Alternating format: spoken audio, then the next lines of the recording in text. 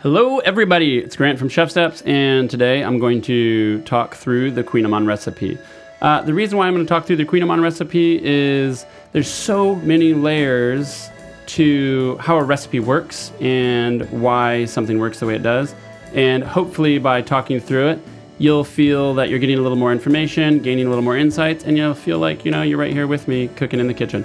So let's talk through it, and hopefully you'll learn something new today. So you'll notice right off the bat, if you're used to ever making Kouign-Amann, it starts with laminated dough. And in this video, the first 3 or so minutes are really how to make laminated dough. And if you only did the first 3 minutes of this recipe, you'd be able to make croissants, pain au chocolat, and other Danish too. So the first step in Kouign-Amann is obviously making the laminated dough. And to get to the Kouign-Amann aspect after that, really you're just coating it with sugar, a lot of sugar, some salt, and baking the heck out of it so you get this glassy outside. But when I make laminated dough, and for this recipe, you'll see I add a little more yeast than normal. I like to add a lot of yeast for flavor. So yes, in theory, you don't have to add a ton of yeast. That's totally true. But if you want to have some really rich, flavorful croissants or Kouign-Amann, and you don't want to take weeks to ferment some dough, you just add a little more yeast, and that little bit of yeast is going to rise a little bit faster. It's going to make the dough a little more soft, and it's going to taste really rich and savory, actually. So when making laminated dough, or a dough for the Kouign-Amann, we start with really high protein flour, which in this case we're using pastry flour. It's a little less rich in protein than bread flour, which is going to give you that nice spring and that pull and that chew, but still have enough softness to it where you can have a tender pastry. And that's also where all the fat comes in. All that butter makes it nice and tender. So we start off with a really good flour, pastry flour. You could use a bread flour. I wouldn't recommend using an AP flour because a recipe like this is just so much work and takes so much love. I wouldn't want to take the chance on all-purpose flour. You just want to buy a good flour. It's not any more expensive. It just takes a little extra work to find. But once you get going, you'll see it's pretty straightforward. And I would say the key insight for making laminated dough at home, the one thing you gotta have is patience. Because you really wanna make sure as you're creating all those hundreds of layers in the laminated dough that you've got the right texture. The actual dough and the butter, when you start folding them, they need to be the same texture. Because if the butter's rock hard out of the freezer, the dough is just gonna get crushed over it. Or if the butter is way too soft and the dough is firm, it's gonna slack out and squeeze out the sides. So the trick, especially when making laminated dough by hand without a sheeter is that big giant machine that you see in every pastry shop where they run the dough through, it goes forward and backwards and progressively thinner. Makes life way easy.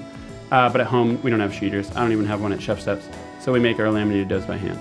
So when you make them by hand, it's really important to have the right texture between the butter and the dough. And what that means is you got to go back and forth from the refrigerator.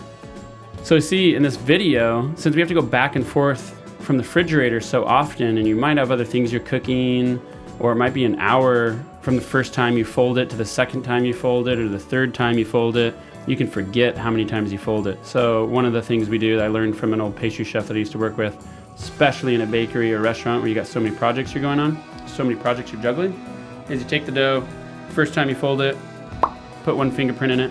Second time you fold it, 2 fingerprints, 3 fingerprints. That way if you leave for a day or someone takes over your work, or even you just get lost and you're confused. I do this all the time when I take it out. I'm like, crap, how many times have I folded it? So I'll see those little finger marks right there. Tells me 3 times I folded it. And once I got to 3 times, that's when you're ready to go anyways. At that point, I think you have about 240 layers for laminated dough. And when it gets into Kouign-Amann, so we made our laminated dough, and now I want to make Kouign-Amann.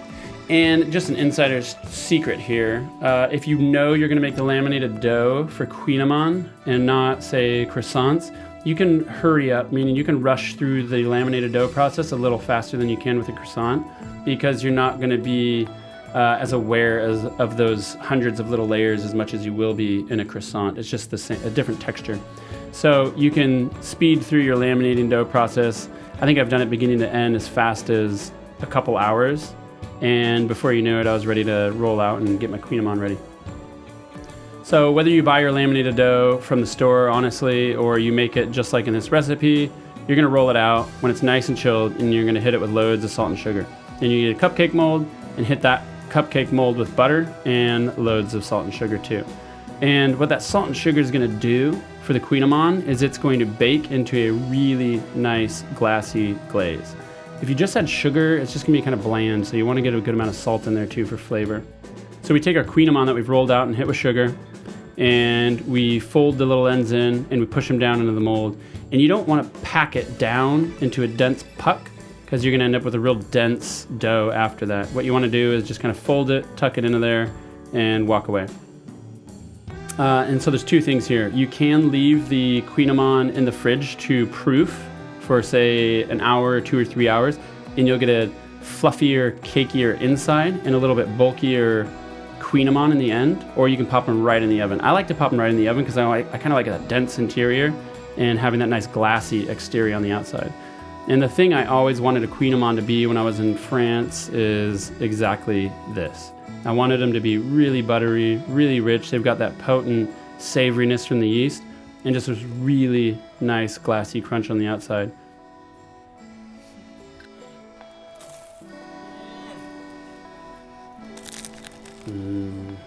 I'm watching Emmett eat them now. Looks so good.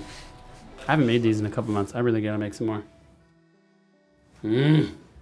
So good, Grant. I love these things, man. This Kouign-Amann's so good. Yeah. This is making me want to, like, I gotta make cassoulet. I gotta make a bunch of pork belly for some shoots coming up, and now all I want to do is go make cassoulet. I want to go make Kouign-Amann. Whew, man. We did such a good job with this recipe. I really want people to try it. It looks complicated, but it's really not that difficult, and it is just so amazing. And you can't get a Kouign-Amann like this in any bakery. I don't care what city you live in, you're not going to be able to get a Kouign-Amann like this. There's just something special. Really, really, really beautiful. They're worth the effort. I want to hear that, like, Micromanaging my life glassiness. and my body.